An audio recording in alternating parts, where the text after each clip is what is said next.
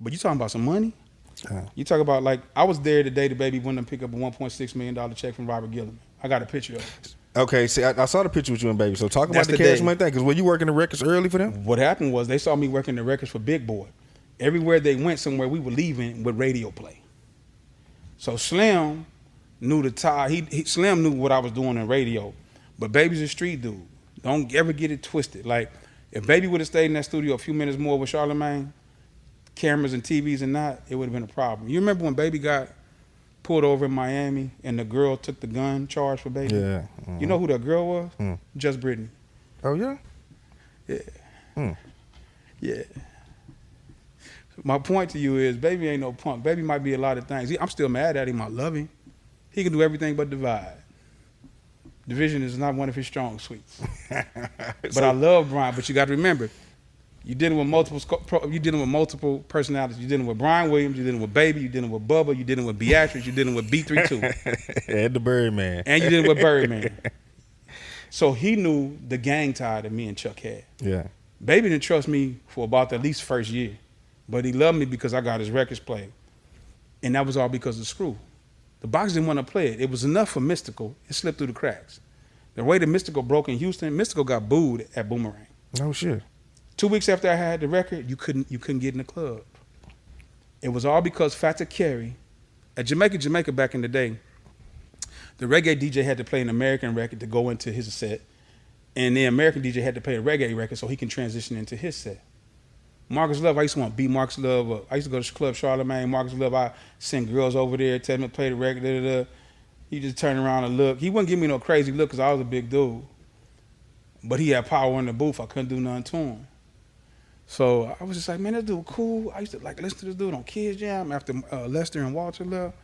I'm like, damn, how come he won't play my records? Like, homie, it ain't whack. But I'm getting to the club at 10 o'clock. I had to get to the club at 9 and learn, hey, man, go talk to him when he ain't there. DJs got egos. Again, ego is edging God out. You can't edge me out, homeboy. I ain't God. I'm just saying I'm God's son, though. You hear me? But I learned how to work records that way. Big D threw me to the wolves. He just taught me how to do a couple of displays, told me to use my personality and win. But when I started figuring it out, it made me stronger. He didn't give me no fish. He taught me how to fish. Daryl Jacobs, Big D, Godfather Street Promotions in the city of Houston. People give me credit, but it had to start somewhere. He built a bridge, and he said, here, walk across, homie. And we fell out due to some craziness, but that's my dog. Right now, today, he was at my house. You do something to Daryl if you want to, it'll be slow singing and flower bringing. And I'm not tough no more, Donnie. I'm scary. I'm old. I ain't scared, but I'm old. But boy, let me tell you something, man. Sometimes when you mess with the bulls, you get the horns on, boy. Yeah. Like I said, I ain't tough because I don't want you. Your podcast is big, dudes. They was already running up on me when I did the Trey when Trey did the fold out, the 4 DVDs. Yeah. X-Ray and Mike Frost who came up with that idea, and he filmed the video of me, young, blue rag in my pocket, just got my El Camino painted. People be walking up to me, hey man, you was in the Trey DVD video. Dudes looking at me in Mobile one time, and I'm trying to figure out like, why y'all staring at me? Cause like, why do you do staring at me? Man, I'm sure I got some metal woodpeckers in my pocket, homeboy. When they fly, they don't come back, though. But, you know, I had to learn that words are powerful. Words are what we use to communicate, to express ideas. You can't unsay a thing and you can't undo a thing. But Baby actually slowed down, grew to love me. That was my dog. I never will forget when I went to London with Destiny's Child. And Baby used to try to holler at Beyonce, and I messed around and gave him Beyonce's number. Beyonce called me back. She was like, "No, don't you ever get that Negro my number again." You know, Baby was, you know, he beat 3 too, bro. You know, but and this was very early in Cash Money. But Screw, like Marcus, like Fata Carey, Marcus won't play my record, but Fata Carey said, "Man, bro, I don't know who this dude is, but he crazy and he hollering on these records. I got you, bro." And that's why he named his company Level 1 Promotions as an offset of On the Level Promotions. He said because Lump, I had Wyclef at Jamaica. This is a really crazy story. Destiny's Child was Wyclef and Jerry Duplessis flew in for Matthew because Destiny's Child, the record was starting to blow, but No was a ballad. Wyclef went to Jamaica. Jamaica turned it out. He didn't even perform. He had his DJ Leon. true Wyclef fashion, he emceed the whole club, turned it out. After the club, we went to digital services. Wyclef got my El Camino. He was like, bro, you want to sell it? I just did. I was like, hell no. Wyclef tried to buy my El Camino, the same picture that's in the back, where DJ Screw with his hat on backwards. You look real close, you'll see my El Camino in the back. License plate number FHO575, by the way. He tried to buy me El Camino. But Wyclef that night did two things that helped change my career. He did the remix for No No No. They did it at Digital Service. Oh, he did it here. He did it here in Houston at Digital Service shit. on Chimney Rock and Gulfton, right after the club. Oh, Little old, man. yeah. And then he did a you know how they chop heads in Jamaica? Like they'll take the hook and they get the artist. They'll get the artist to do the hook, but incorporate their name in it. Mm-hmm. And they did it for the Mikey Feth crew. And he got TLC. Wyclef got TLC to do one for them. Don't go biting faster style. Stick to the rivers and the lake. But he said Mikey Feth. Don't go biting Mikey Feth. They did it however they did it. And they won some kind of competition. So every time when they had those sound offs, they had them big speakers on one side, the other crew have them on the other side. Whenever somebody came to town, Fata taught me. He was like, look, Lump, can you turn me on to these dudes? You know, he's Jamaican. So a lot of cats, I got Fab to do it for him. I got Wyclef to do it for him. Wyclef got TLC to do it for him. So Mikey Faith and Fata Carey and the Mikey Faith crew, they chopped heads all over the country on relationships. I'm so proud of that because I was able to help a friend. And because of that, if I went to Fata right now, he saw me the other day at Cool Runnings. What you need and how much? He looked at me dead. He said, no, I'm serious. What do you need and how much? Because he knew I was messed up. I was like, I'm good. He said, if you need anything. Matter of fact, I tried to pay for my food, and I had my partner with me. Your money ain't no good here. Fata Carey, I will always love for that. He helped me, bro. So that being said, that's how Mystical got broke. And then with Screw, I kept telling Screw, hey dog, I met Screw through BAM. That's what I'm saying. How did you even meet Screw? I heard the music. Mind you, I'm messing around by sound. So Quincy, Corey, Toast, Gerald, Stick. I keep hearing this music in these cars, and Floyd's putting all this music in these cars. Like, man, who slowed this shit? You know, man, I'm tearing these speakers up with these thick ass wires. I'm from LA. I like Dayton's. Another true story. My cousin Sean in the back of Surround by Sound. He said, man, what's up with them thick ass wires, cuz? Fat Pat was back there. He said, man, when Q came down here, Screw was nodding his head in respect. He liked that white inside and that brandy wine paint. No and shit. them swangers. Sean said, hey, look talk about Fat Pat a little bit, because this is used random. He used to be there with Corey. He used to be at Surround by Sound, getting their music put in their cars. Everybody on the south side, when it was hot, when Quincy had the Porsche, Fat Pat, I got pictures of Corey's cars, Corey Blunt's cars. I got pictures of Stick's cars. I got pictures of Kenneth Bell cars. Kenneth Bell used to run with Smitty. I got to see this, man, because these are all names I hear, and especially when you talk about these cars. I hear about the Kenneth Bells. I done heard about Smitty. I done seen a few of Smitty's cars. Toast got killed 7/17/92. That's when they put my partner Toast in the ground. When Face says that, dog, I ain't never seen Face like that. When this is the birth of Quantell X. When Toast got killed, which is his baby brother, that's when he got in front of the camera and said, you white devils killed my brother. What do you care about the hood? The only reason why you're over here because it's a black man killing another black man. That's what sparked Quantell to being on TV in 1992. That's what led him to be the spiritual advisor for Rap-A-Lot. That's Quan. People take Quan for a joke, make funny little jokes about him. Be careful. Tread lightly.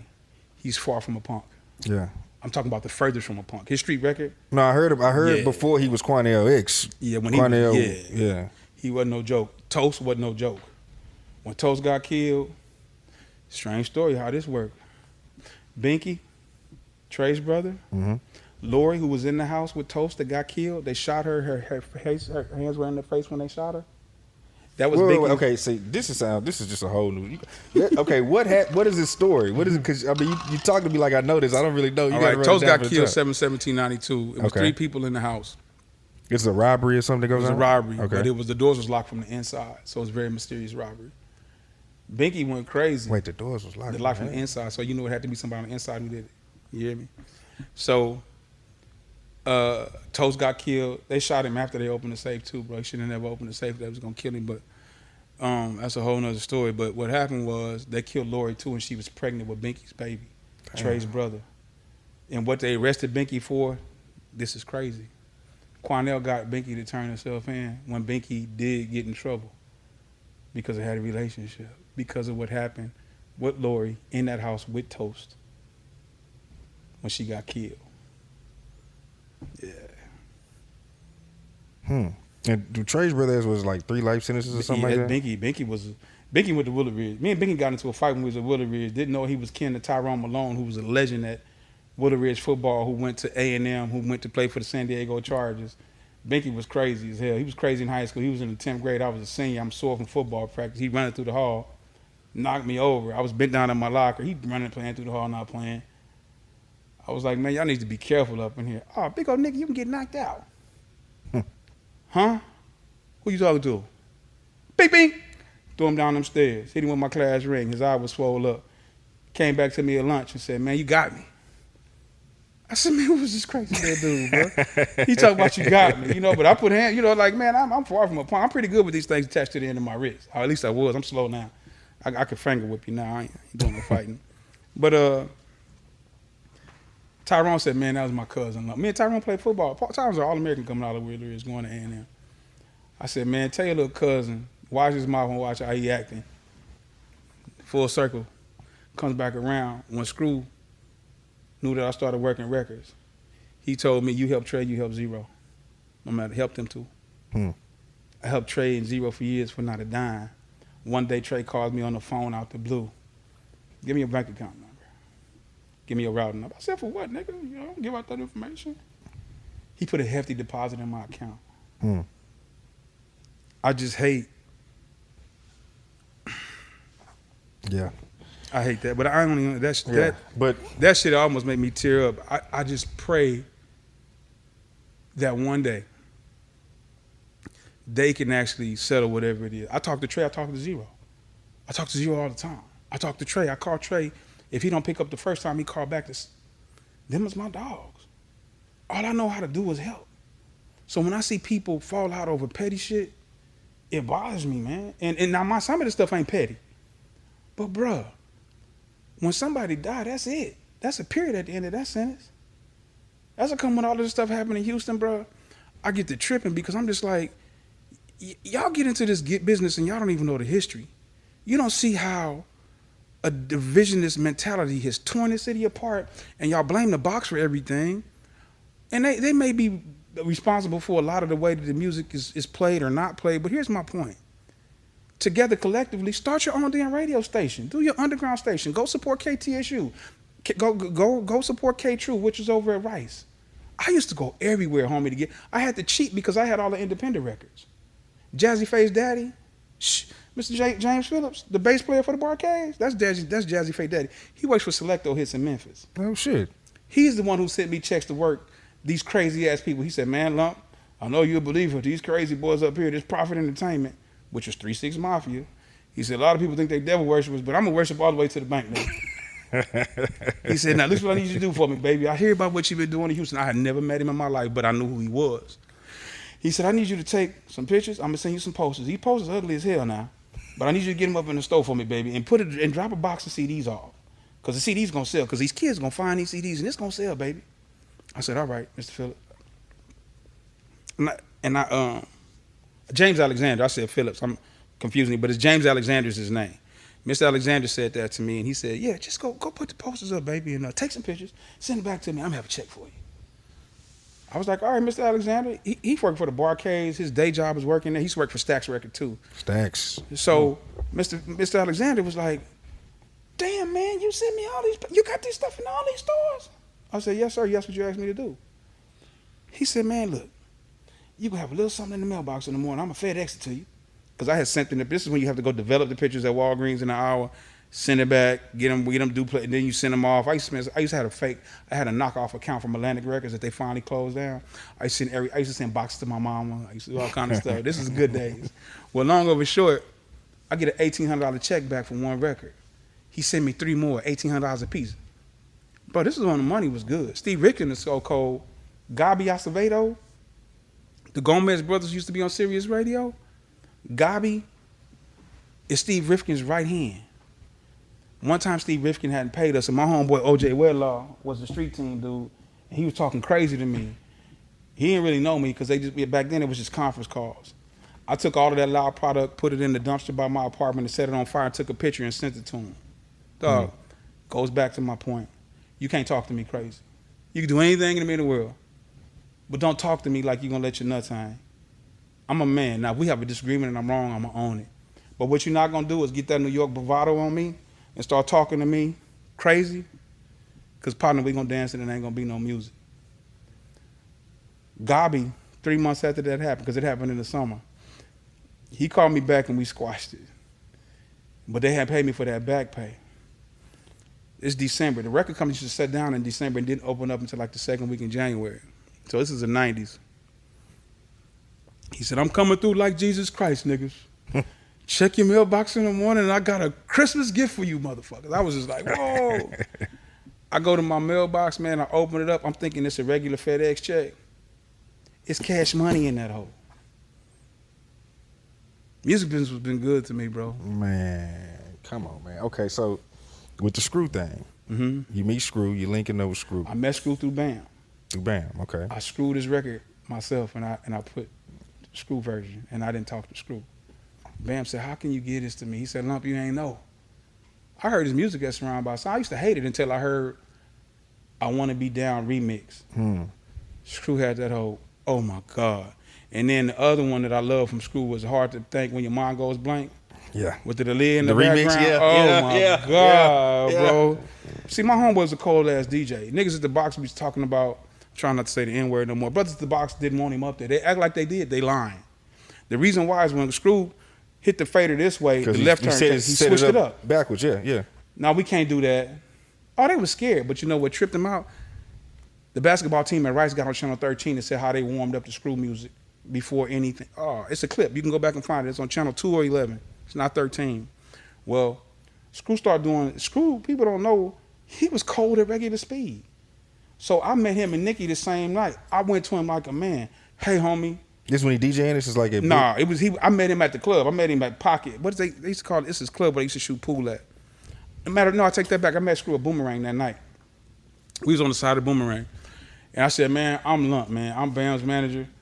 I messed this up, bro. Like, I literally called your record, I called his record a version, and you didn't do it. He said, Lump, BAM was like, man, how can you say it's a Screw version and Screw didn't do it? So I was like, damn, that makes sense. I had talked to Daryl Scott because I met Daryl Scott through Floyd. He used to get all the Daryl Scott exclusives, 12 and a half, 7 and a half, 13 and a half, all of the mixtapes.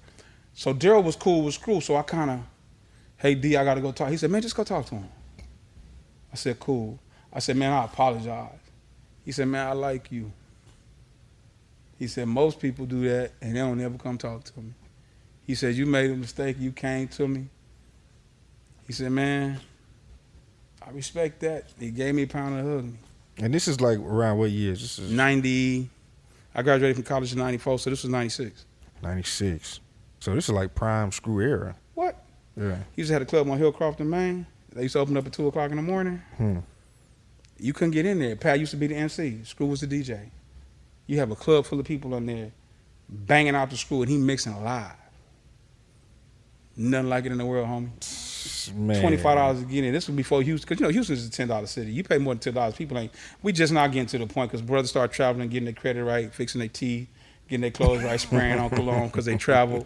They see what sections cost. Then people like Candy, people like Kurt, you know, people like the Roxy, Brian and them. Okay, yeah, you want to get up in here, you got to pay a little bit more. I got pictures of Jay-Z and Bun B rocking out at the Roxy after the concert, after the Woodlands, after the Rock the Mic. I got them pictures. I always had my camera with me because I always had to document everything. So that's how my photography kicked in. Like that picture of Screw that everybody has with his hat backwards like that. I took that picture.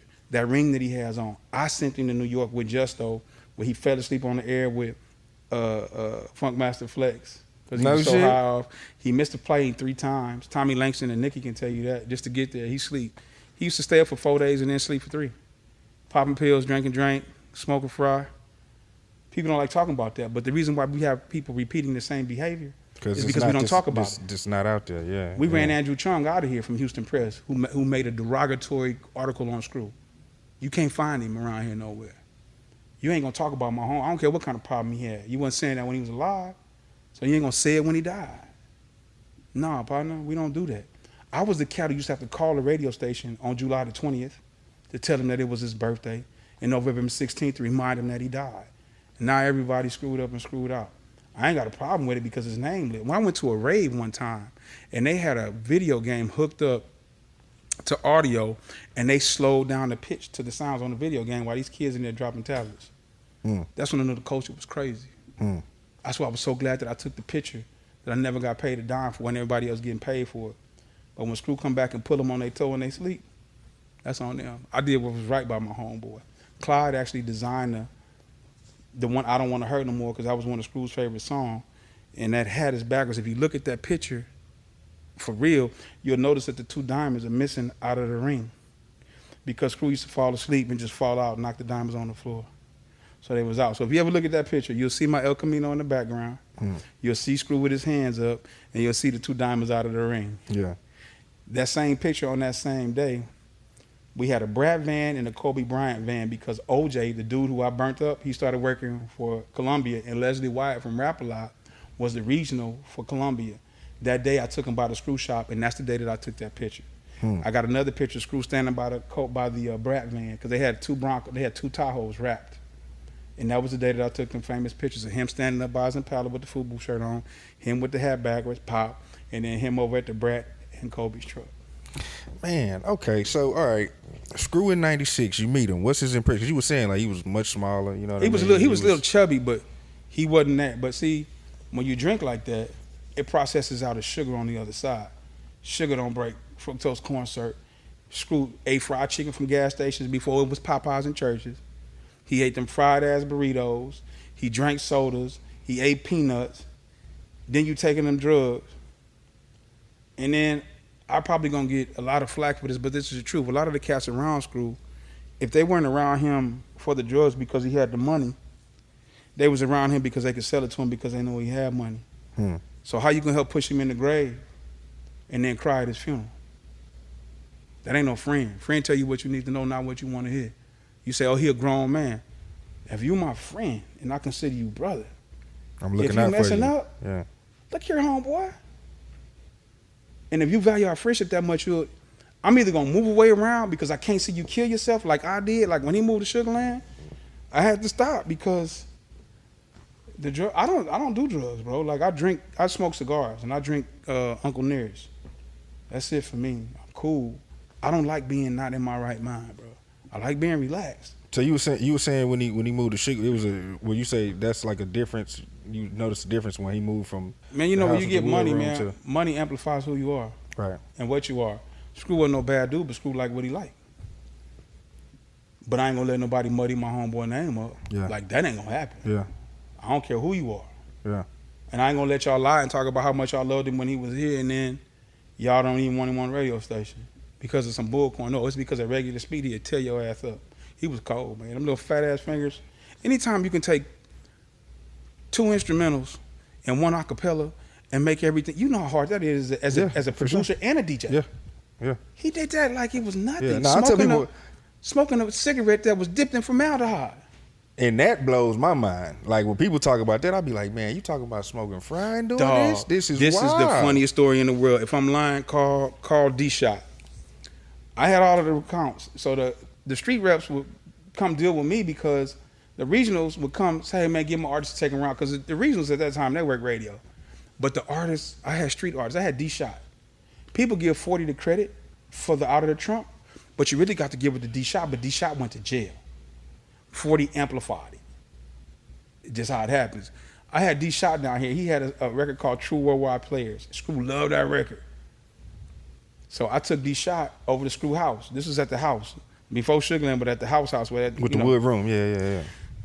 So Shop was like, man, I want to go see DJ Screw. Now mind you, Shot 6'5", swole up. His voice is in soprano. Hey, homie, let's go over there. Let's go over there and go see Cuddy. Let's go see. I said, all right, Shop, we going over there. I said, now Screw's a different character, homie. Now, by this time, me and Screw was cool because I worked all of the records. All of that money he was paying in sound waves, he had to do that no more. I gave Screw. You bringing them the joints. I ain't get the records, man. He used to lie, and I'll tell you how I found out he was lying about them records. So we take D-Shot over to Screw house. And he was like, hey, Cuddy, we're respected on the West. We know you love SIBO. Can you show me what you get down here, homie? Could you show me?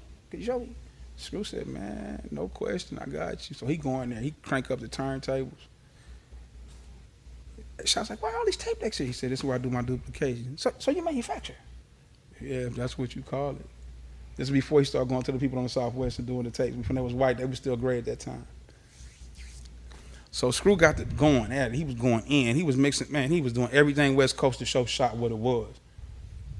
All of a sudden, he put out that stick. Shot's eyes got big. He's like, oh. Cool. He's a Bay dude. Screw going at it. So he's spinning. And Screw get to a point where it's just instrumental, play him banging. He blowing on this damn cigarette. Cigarette wet as hell. You want some? Oh, I'll pass on me. I'm good. So we cool. So Shot's like, well, man, let's, we got other runs. We can get out of here, Cuddy. Be careful. Showed him a pound. Screw gave him some tape. Shot tried to pay him. Of course, he wouldn't let him. So he walking out to the car. Screw had a big ass front yard, and the yard kind of had a grade to it. It kind of like went down. He said, "No, can I ask you a question?" I was like, "Yeah." He said, "What the fuck is Screw doing? What did he do? Pick up a house? That's Sherm he's smoking. That's Sherman because we call it, on the West Coast we call it wet Sherm." Right. He was like, "What you gonna do? Pick up a house? Turn over a car?" He said, "Man, get your Cuddy, man. That shit's terrible." Oh man, I'm talking about Shot had me dying. And that was the thing man. because from my understanding is that Screw was smoking and it wouldn't really be like a. It's just like he's anything not tripping else. out. He's not getting. He's not tripping all and the doing crazy all that. shit you No, hear about. he just mellowed out and he got the. I'm gonna be honest with you.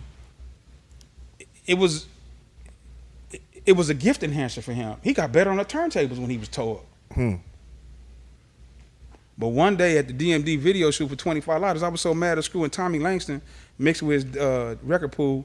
He was Screw's manager at the time. We had the 25 Lighters video shoot. I'm in there for about 1.9 seconds. Screw was eating.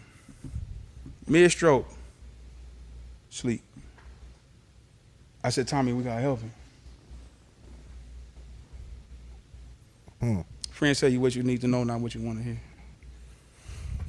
That hurt me, man, because everybody around him wasn't saying nothing. Yeah. Oh, man, he gonna do what he gonna do, lump. Bruh. And I guess you're right, because at the end of the day, after he died, then when Mo died, first Big Mello had died, you know what I'm saying? It's like, bruh, like. But Big Mello's thing wasn't related. It was just a car wreck, It was just a car wreck, but when you speeding coming off the 610, you going around there like, you know how you get to 610 and you exit Stella Link? Yeah. And you driving down and them big ass poles, the columns that hold up the freeway, they flying down, man, and they boom, ran into it. That's a horrible death, dog. That burn mark's still on that pole. Damn. Yeah. You can't, bro. You only get one body, man. It ain't like you got a spare one in the closet.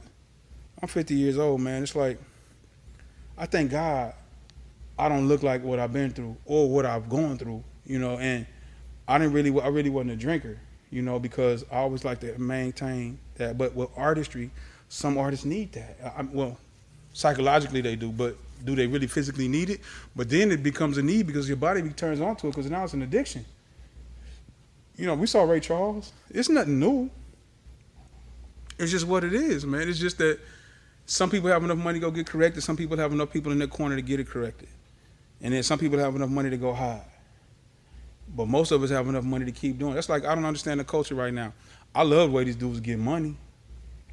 But y'all teaching us how to be, like, people talk about the zombie apocalypse. Y'all are zombies, dog. Like, who takes pills and tabs like that? Why is this boy so scary where he done took all of these pills and he done died on the plane? Like, homie, like, how many more examples do you need?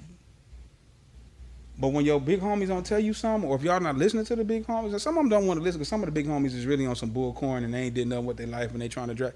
I get that. But the cats who are successful and who have done it, even the cats who have failed, you still can learn, like, maybe I need to do that. But was it ever anybody around Screw like that? Because it seems like a lot of that kind of was just culture. Like, everybody was smoking Friday. Everybody was sipping drink. Just because it was culture, that don't make it right. But when don't make it right, of course. But I'm saying, was he ever surrounded with anybody that wasn't in that enough to be like, hey, man, let's... A couple of, I mean, I did. I can't. You know what? It's very inconsiderate and dismissive, and very, very bogus for me to talk about what other people did and didn't do. Yeah. All I can say is I wasn't around a lot when he was around a lot of them other ones. He was around cats, and I ain't talking about SUC members. I'm just talking about period, like people who were around him that I just thought that weren't, you know. Was it more like street cats or just I'm everybody? Street cats. Some cats affiliated with the clique. Some cats in the clique. Like, man, you know, he just gonna do. Okay. I can't be complicit. The Bible says, how can two agree? How can two walk together unless they be agreed? I'm not doing that, man. If I told you how I felt and you still keep doing it, I love you, man. My love is actually going to grow stronger from you because I'm not going to see you that much. But, bro, what I'm not getting ready to do is watch you put this gun in your head and pull the trigger. Because eventually, man, you're going to keep rolling the dice and eventually you're going to crap out. Yeah. Yeah. That's just the truth. Yeah. And now, look at this 2020? He died, no, man, look. It's going to be 20 years. It's about to be 20 years, man. November 16th. I'll never forget it. I was on the conference call with the lecturer, and I had to tell them Negroes that Screw died. Like, I almost swallowed my heart that day. Literally, my first sermon was preached that day on radio. T. Gray always says that. He has it on tape. They had to go get me, of all people, to come talk about Screw because they knew I was going to tell the truth. And then I see people saying stuff now, and now most of these stories are true. Everybody has their own version of Screw because Screw was different for different people. He meant different things to different people, I'll say that. But the one thing about it, like it said on the back of the shirt that I created, Henry from Hustlers University actually wrote the text on the back. You talking about the T-shirt Hustlers, right? No, yeah, T-shirt, yeah, that Henry. Where's that? Because I was just telling somebody how live that. Oh, I can give you Henry's number. They can ready to bring it back. No shit. Yeah. Somebody needs to bring. I was just telling somebody it's time for that type of shit to come back. It's back. He's coming back. He's gonna do it again. Him and Kato, they're gonna do it again. But man, and Big G, but. All these people always say, man, Screw could have been rich, Screw could have been that. All Screw ever wanted to be was a dope DJ. He didn't care about all the rest of the other stuff. He cared about being, you got to let the main thing be the main thing. You know, it's just like, I know that I'm gifted with marketing and promotion and branding. I can do that in my sleep. That's why everybody's like, man, love you, when you coming back? It's boring out here, man. Pay me like it ain't boring. And pay me like it is boring. And then I can come back and show you how to do something.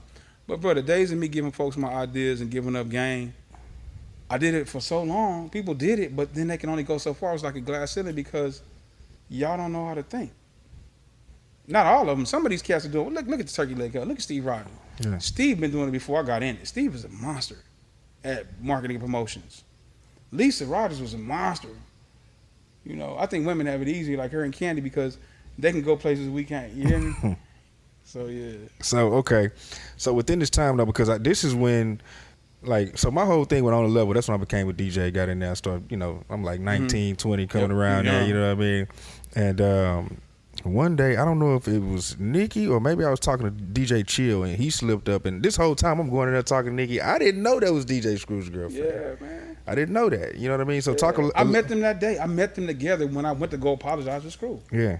But, you know, men and women have relationships. Sometimes you grow out of love, and that's what it was. But you can never erase her history. Definitely. And Nikki's been hurt by a lot of people because a lot of people have said a lot of things. And truth be told, she got a reason not to want to talk about a lot of stuff. Like, I've been trying to get her to talk to Lance, and she's so gun-shy on I've been trying to get Lance. Nikki to come on so much, man. Yeah, but when she writes her book because she needs to. Yeah.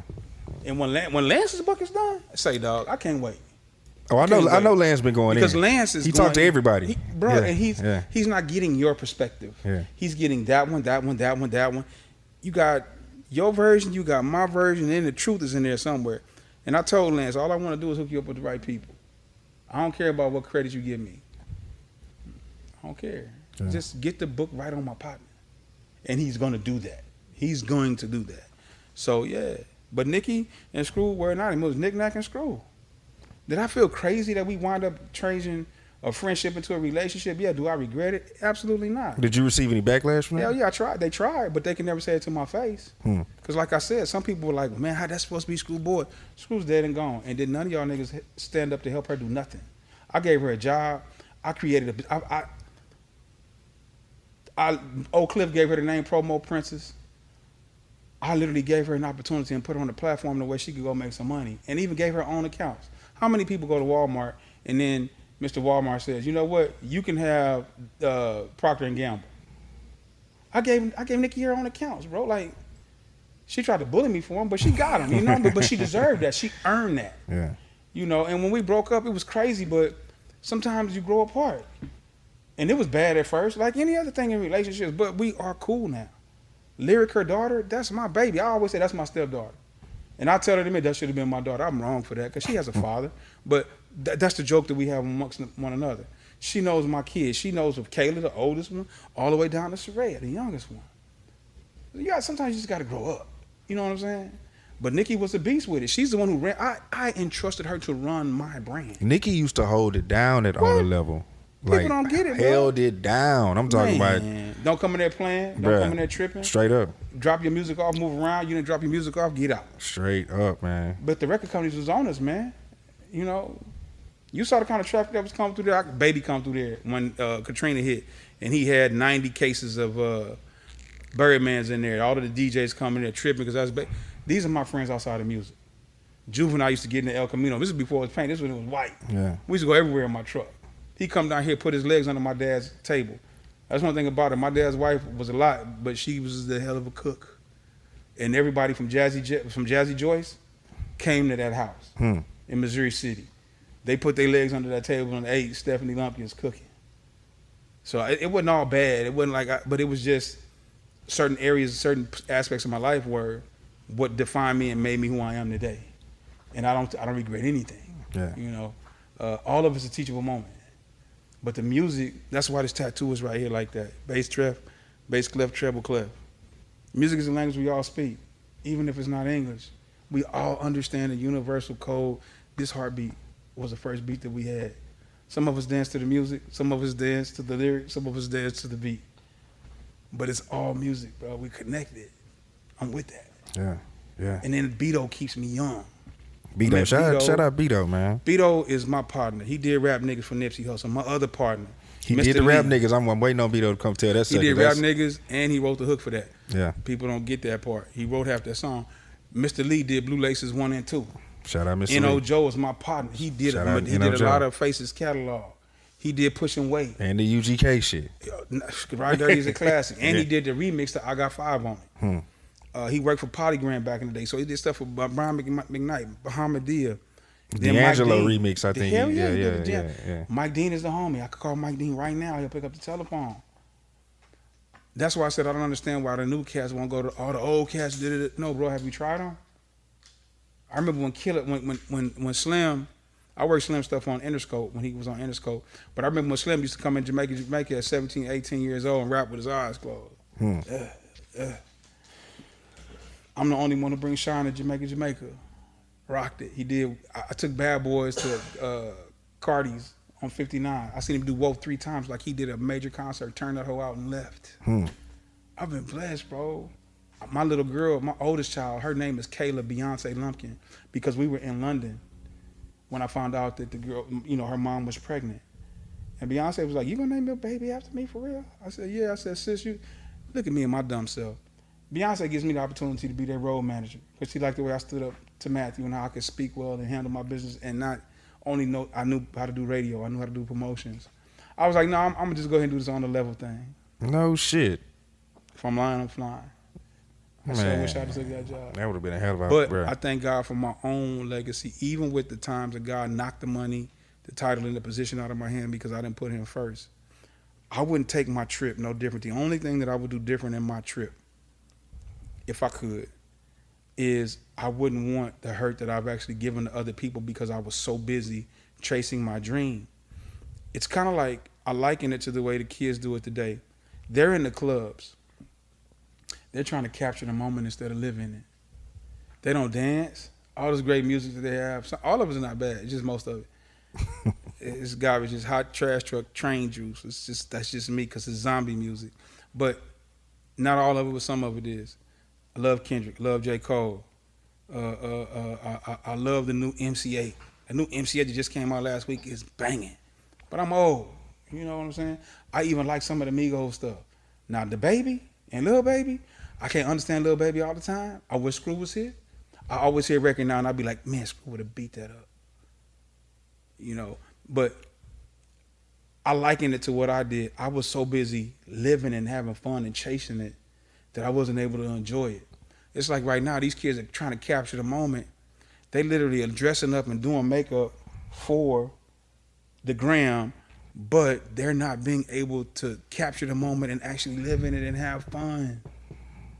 And then the other thing that I see the kids, I think love and hip hop, love and basketball are two of the best and worst things that could have happened to us at the same time, because the portrayal that they have of women, that women have to be this, a body has to be that, you have to look like this. And these young girls are going through it, and they're even acting and taking on that persona, and that energy is real. And it bothers me because everybody looks the same in the club. They all got these pants so tight they look like Boudin skin. Like, I mean, that's cool because we did it in the 60s. Not we, I wasn't born then, but you know, it's like a record. It's got to come back around, but we got to get better the next time. If I went through it and I bumped my head, look at what you're doing as a DJ. You said you talked to Chill. Chill has a successful t-shirt business. He was one of DJ Screw's best friends. Screw didn't get mad when Chill did his thing because he did it the right way. He learned, he got better. Look at what happened. Blaster and Aggravator made it to where you can do this. They was on Continental Airlines, which is now United. You go and hear the Hollywood boys. So now Donnie Houston is saying, okay, they got that little change from Continental. I got my own brand. I got my own whoop. I can come do a podcast. And then I respect you because you've done the research. You're one of the few who have done the research and found out the heavy hitters. This is something I've always wanted to talk about, and I'm probably going to get in trouble for it too. Don't care. This is my truth, and it is the absolute truth. When Wicked Cricket got sick with cancer, I talked to a very dear friend of mine named Tamala. She happened to know somebody at Methodist. You know Methodist is the cancer hospital. I had a room for Wicked Cricket for the nothing, and they didn't move him. What was the issue with moving him? No, I don't know. It's his family choice. I'm not saying he would have lived. I'm just saying it's the best cancer place. Right. It's right down the street. But I did go up there and I prayed with him, me and Big D. I did my part. Like, I can only do what I can do. People make decisions the way they make decisions. You just got to live with the sum total of your choices. I'm cool with that. But I just remember how Wicked Cricket helped me.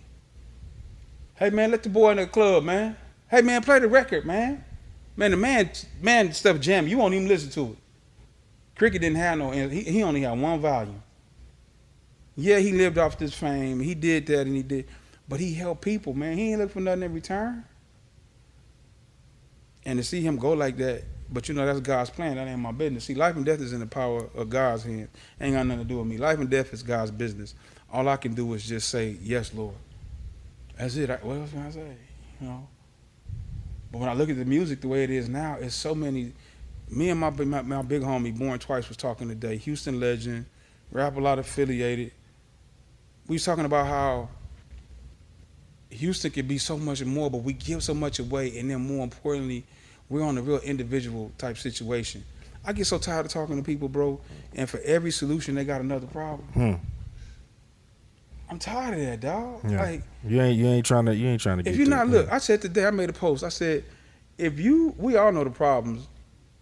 If you don't have one solution, make your lips touch. I didn't say shut up. Make your lips touch real hard. I'm kind of cool on telling people to shut up, but make your lips touch. Dog, we don't need you here for that. Sister, we don't need you here like that. Leave something to my imagination, sister. Don't do it because everybody else doing it, but you want to be so fly. You want to do it different. And I look at the music, and it all comes back to music. Somebody's probably looking at this podcast and saying, he getting all off. No, we're here because of music. Music is one of the few things that can enter your body without permission. Be careful on what you let filter into your body. You'll be having a bad day, and it'll get worse. Think about it. You go listen to Magic 102 on Friday, on a Thursday night, Tuesday night, even at night. Be going through a relationship situation and let Sade come on. You be on there trying to cut your hand wrist. You hear me? Or you can hear, like, we got in the car a few minutes ago. Grinding on My Life came on. If that song don't move you, bro. Yeah, you got it. Come on now. It's different chakras to this. And if you playing with energy that's way down here, you vibrating down here. But if you hear that one and if you don't get up, say, bro, get out of my car. I just started listening to music again, bro. My favorite artist, singer of all time is Donnie Hathaway. My favorite female singer is Angela Bofield. because it was real music. And I'm not saying that what they're listening to right now is real music for the era. We have to be careful because I don't want to be that old, cool, bitter nigga. You know what I'm saying? Like, I don't want to do that. I worked for Electro for Sylvia Rome. The reason that I got let go when my contract was done is because Al Branch, punk, I said, preach or not, nigga, you was a punk, lied on me. He said something that they know that I would have said, but it didn't come out my mouth. Sylvia paid me out my contract. Man, it's a Screw tape. I want to say Jam and Screw. And Fuck 'em, lump. And Screw playing that, da-dum, yeah, bitch, I'm all about it. And Screw on there like, man, fuck 'em, lump, man, you come over here, promote whatever you want. I love that nigga, bro. Yeah. I told you earlier. That might have been when I hit you, because I'm listening. So I say, man, I got to call lump, man. Bruh. That's a come when people be trying to figure it out. You trying to figure out what's already been worked out. You working back. God works backwards, man. It's different, but my point is with Screw, nobody would play Cash Money, bro. Nobody. I gave Dragonman and River remix to Luscious Ice. It was the only clean. I have 4 CDs. Manny burnt me 4 CDs. Because Chuck had went to jail.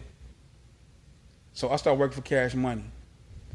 I was in the airport on Southwest. This is when Southwest used to have flights going back to Houston to New Orleans every hour on the hour, and P saw me. Hey, lump, bro, you got to make a decision, bro. You going to have to roll with that dollar sign, or you got to roll with the tank, bro. Which way you going to go, bro? No shit. You know me and Buddy don't rock like that, all respect. But, yeah, man, you got to make a choice. I was like, P, you got different artists on your label that don't get along. Bruh. So I chose Cash Money. And I was able to give Screw his first plaque. I gave him a label plaque from Cash Money, presented it to him at what's the club on Ed Meshaw Club, Mr. H Club. Max's? What is it? Max's? Max's, the original one. Yeah. I gave it to him there. He was like a kid. He almost cried, bro. He was like, "This for me, bro." No, for real, this is for me. I said, "Screw your name on it." Because Screw was playing the early Cash Money records. He had the vinyl that had like the fade on it. He used to like fade like it was blue to white or white to red or whatever. Screw played them records. Would nobody play Cash Money, dog? Nobody. Screw started playing the Hot Boys. Screw started playing the Big Time. He was like, man, that damn baby's something else, ain't he? He said he got jewelry you could see from a jet lamp. And I did an in-store at the Screw shop. Cash Money pulled up on a bus. Carmen did the live remote. I had got food poisoning. They trying to do the remote. I'm at the back of Screw shop throwing up trying to drink Gatorade. When Screw died, Wayne got on the stage at the Summit, which is now Lakewood Church. He said, hey, look, man, this is Screw, man. I know where I come from. I know where I'm hot shit. Wayne said that from the stage.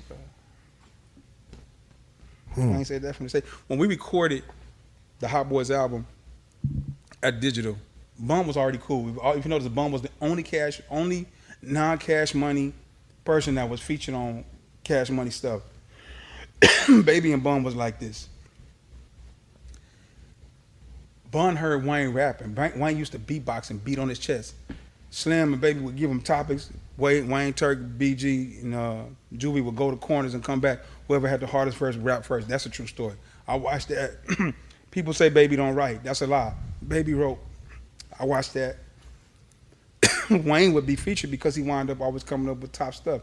If you wanted some thugged out stuff, it was going to be Turk. If you wanted some real ghetto gangster stuff, it was going to be BG. It's going to be Doogie. If you wanted some fly flossing but gangster shit, you got Juvie. You know what I'm saying? But Wayne, Bun came in there one day. He said, hey, look. He captured everybody's attention. He did a verse. I forgot what song it was. He looked at Wayne. He looked at Baby. I never will forget this as long as I'm living. He's going to be the star. He says, no, you're not listening. He's not going to be a star. He's going to be the star. And he's going to run rap. He said that in Houston, Texas at Digital Service prior to the Hot Boys' first album coming out. Oh, shit. Bun called it. Bun called Goody Mob, because I was working Arista. They don't dance no more. They don't dance no more. He said that song is going to shift the culture. That song shifted the culture. It's just, It's the facts. Like, Man, that's how I met Beto. I met Beto because I helped DMD get a deal. I introduced Chandre and them to Wendy Day, the same woman who I introduced to Baby and Slim. See, okay, but see, did you play a role in the Wendy Day? Okay, talk about that because I remember we had talked about that a little bit. And we never really got into it. Wendy was my homegirl. Wendy was cool with this dude named Jello, Ronadab Chaudhry, out of called Shrewd Marketing out of Chicago. Jello helped me get my business together. I'm talking about from AOL 2.0, like when I was DJ Lump at AOL.com. You know what I'm saying? And Wendy was with the Rap Coalition, helping artists get insurance, helping artists get out of bad deals, helping construct deals. Wendy was my girl. Wendy asked me about Cash Money. I said, it's funny because Renee McClain just asked me. Renee McClain used to be the executive street guy at Elektra. This is how I got cool with Sylvia. I told Baby to give me the catalog. He said, man, just go talk to Robert. I'm going to tell him you coming. Get as many packages as you need. I sent every one of Cash Money from Magnolia Shorty to the BGs when it was Wayne and BG. Kilo G, Pimp Daddy, Miss T. I gave him UNLV. I gave him all of that. This is before Hot Boys and all of that. Right at Hot Boys. And the first Big Timers album, the blue one, not the green one. Chopper City in the Ghetto, because they had a song on there. Them niggas will get you. You better watch your back or somebody will get you. Miss T on the hook, Bun. Dead ass nigga, he don't smell no, did it? Bruh, Bun was rapping on that whole. Well, I gave that to Sylvia, to Renee. Renee gave it to Sylvia. They fly me to New York. They fly Baby and them to New York after me. Sylvia was so gangster. She said, look, I want to sign you guys. But Time Warner was coming off the Cop Killer thing with Ice-T. Shareholders started hitting their asses with axes. So she said, they're going to try to change your content and the beauty of what you do. I love you too much, what you're doing, to sign you here and then put handcuffs on you. Passed. So Wendy heard that story and she was like, oh, I need to get behind this. I need to get in front of this. So she began to shop the deal. Talking to, like, Dino DeValier gets all the credit, but Dino, it fell in your lap, homeboy. You wasn't A&R no Cash Money Records. Like, you was just the A&R. You was the A&R that was assigned to the project, and it wasn't supposed to really work. Baby and Slim was smart. They went to all of the labels, Penalty, Tommy Boy. They went everywhere. Universal gave them the best deal. But yes, I introduced them to Wendy Day. Wendy Day did help construct the deal. And no, they didn't pay me. And no, they didn't pay her either. Yeah. She got paid, though. Eventually, yeah. Yeah, but you know how she got paid? Bumpy Knuckles, Freddie Fox. No shit. Hey, homeboy, y'all got to come to New York. I ain't never got to go to New Orleans. Y'all got to pay her. She got paid. She didn't keep her word. Me and Baby, we couldn't come to an agreement. Wendy began working with Turk and Mel, who owned Trill Entertainment. Webby, them. Bruce, yeah. They was cool. I'm on, like, Boosie raps me into a rap on Thug Brothers on Camp Life 3. Because me and CeeLo, don't get full of that alcohol in the club. Yeah. CeeLo discovered all of that. He discovered Boosie. That's how Boosie was signed to CeeLo first. So CeeLo has a 3-foot tattoo on his back that says Southside Savage. CeeLo ain't no gang, ain't no punk.